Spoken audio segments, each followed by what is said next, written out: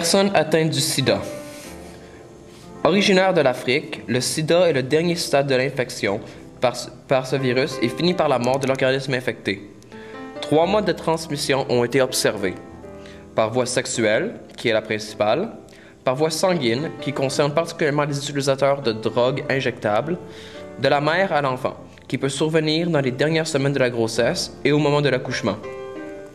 Problématique. Le VIH, aussi connu comme SIDA, a 40 millions de personnes atteintes, dont 50% de femmes, selon un rapport de l'ONU. L'année 2004 a connu la plus forte progression, avec 4,9 millions de nouvelles infections et 3,1 millions de décès, rendant 15 millions d'enfants orphelins. Lorsqu'il est apparu au Canada, le VIH-Sida touchait les hommes homosexuels et les personnes infectées par des produits sanguins. 25 millions de personnes sont mortes de sida depuis l'apparition de la maladie et 60 millions en ont été affectés. Pourtant, en 8 ans, le nombre de nouvelles contaminations a diminué. Statistiques.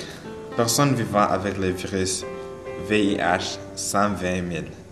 Nombre de nouveaux cas de sida en 2007, 1200. Nombre de nouveaux cas diagnostiques séropositifs en 2007, 6500. Le nombre de personnes qui ignorent être porteuses du virus, 36 000 personnes. Nombre de décès cumulés depuis le début de l'épidémie, 35 140. Mode de contamination de personnes ayant découvert leur séropositivité en 2007. 60% ont été contaminés lors de rapports hétérosexuels.